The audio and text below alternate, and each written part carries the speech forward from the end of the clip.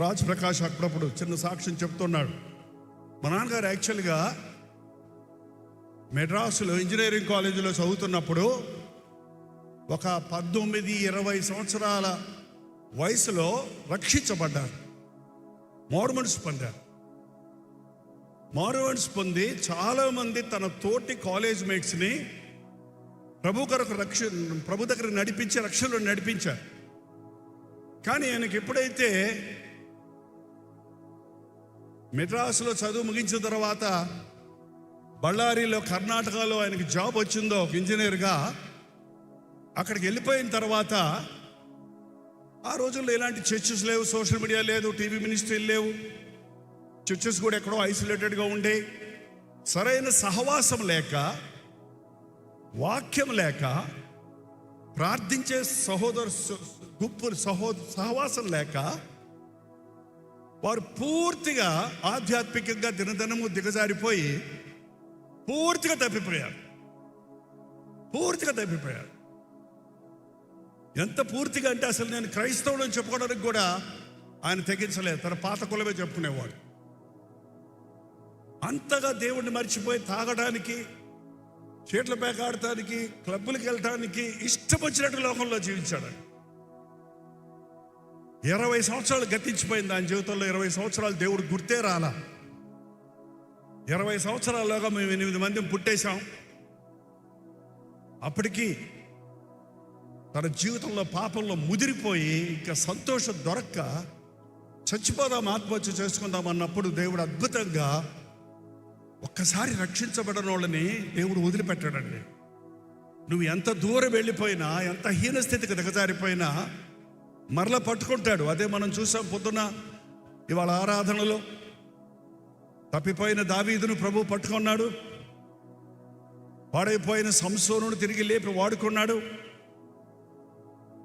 భక్తులు తప్పులు చేసినప్పుడు వారిని విడిచిపెట్టకుండా వారిని మళ్ళీ క్షమించాడు.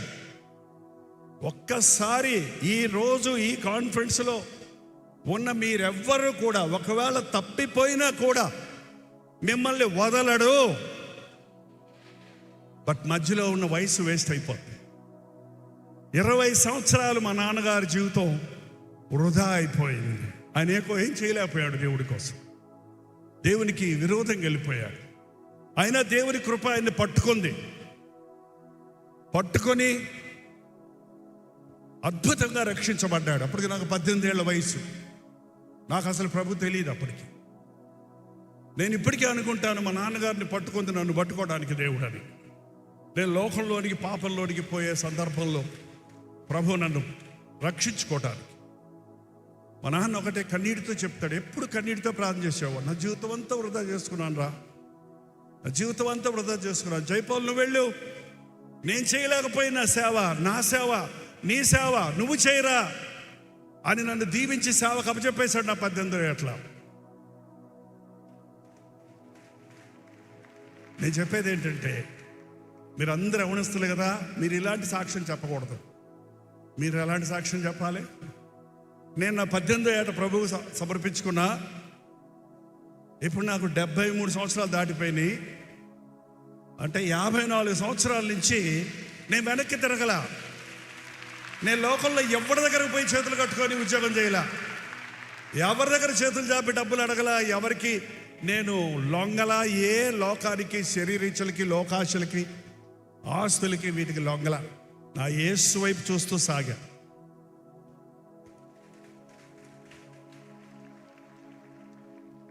అందువలన నేను దీవించబడ్డాను. నా పిల్లలు 18 సంవత్సరాల వయసు వచ్చేలోగానే దేవుని చేతుల్లో బాగా వాడబడ్డారు. ఇప్పుడు కాదు వాడబడటం, ఇప్పుడు పబ్లిక్ అవుతున్నాడు రాజ్ ప్రకాష్. పుట్టినప్పటి నుంచి వాడబడుతూనే ఉన్నాడు. తన తలాంతులు కనబడుతూనే ఉన్నాయి. నా 3 కుమారులు కూడా డిఫరెంట్ టాలెంట్స్ ఇచ్చాడు, డిఫరెంట్ రీతిలో వాడుకుంటున్నారు వారిని. మీరు మీ యవ్వన కాలాన్ని వృధాపరుచుకుంటే, రక్షించబడిన తర్వాత నిర్లక్ష్యంగా ఉంటే, మీరు దేవుని ఆశీర్వాదాలను ఏమంటారు, మీ దేవునికి నీ పట్ల ఉన్న పరిపూర్ణమైన ప్రణాళికను పాడు చేసుకుంటారు.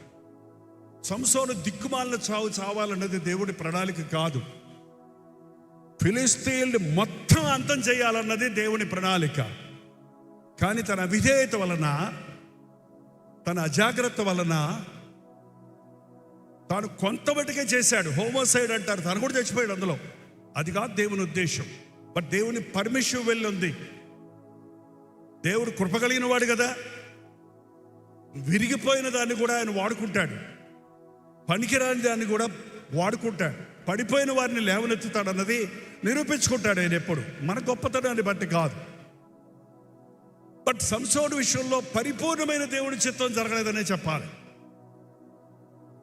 అలాగే ఎంతమంది భక్తులను చూసినా వారి ఫెయిల్యూర్స్ అనేవి వారి జీవితాలకు మరకలుగా, దావీదు విషయంలో తాను చేసిన తప్పు వలన, తెలిసి చేసిన తప్పు వలన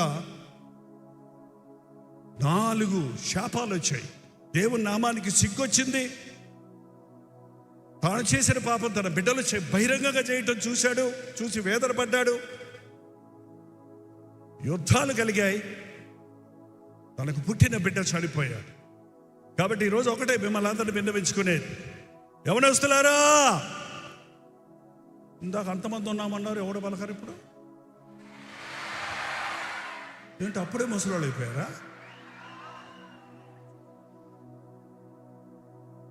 యవనస్తులారా, మీరు బలవంతులు, మీరు దుష్టుని జయించి ఉన్నారు. దుష్టుడు ఒక్కరోజు కాదు, ఒక్క విధంగా కాదు, రకరకాలుగా మన మీద అటాక్ చేస్తుంటాడు. శత్రువుగా కాదు, మిత్రుడిగా కూడా వస్తాడు. హానికరుడిగా కాదు, మేలు కోరేవాడిగా వస్తాడు. లోక ఆకర్షణలు తెస్తాడు, శరీరీచ్ఛలు రగులు కలుపుతాడు. వాడిని జయించాలి. లోకములో ఉన్నదంతా శరీరాశ, నేత్రాశ, జీవపు డంబం. ఈ 3 విధాలుగా యవనస్తులు వెంటబడతాడండి సైతాను. వాడిని జయించి అప్పుడు పాడాలి. ఏం పాట అది పాడారు ఇందాక? జై జై. ఎప్పుడు? రోజు నా జీవితంలో జయమే అనేది లేదు. నా పేరు ఎందుకు పెట్టారో నాకు తెలియదు, కానీ జయపాలని, నేను మారు మనసు పొందే వరకు నా బ్రతుకు అపజయపాలే. ఏం పాలు? అపజయాలే, ఫెయిల్యూర్సే. కానీ యేసు నా జీవితంలోకి వచ్చిన తర్వాత అన్ని రకాల సమస్యలు నాకు వచ్చాయి, అన్ని పోరాటాలు వచ్చాయి, అన్ని ఆకర్షణలు వచ్చాయి, అన్ని శోధనలు వచ్చాయి. కానీ నా ప్రభువు నా పక్షాన నిలిచి తల్లి గర్భములో తను కలిగి ఉన్న ప్రణాళికలను నెరవేర్చుకుంటున్నాడు. ఇంతటితో అయిపోలేదు నా బతుకు. మరణము వరకు నమ్మకంగా ఉండాలి.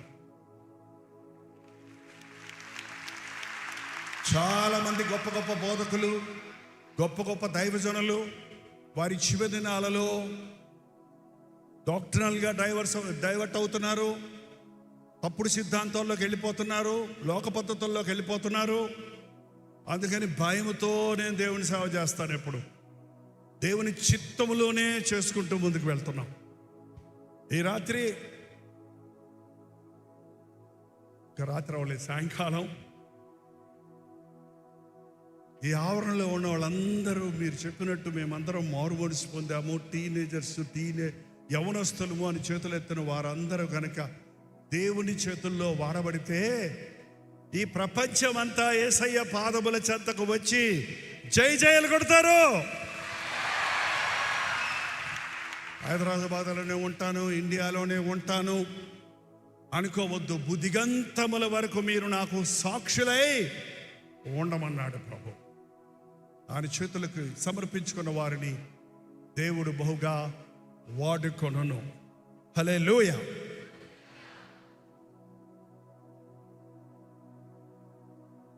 మన టైం నాకు లిమిట్ చెప్పలేదు, but I know it is about 7 o'clock we have to close I think.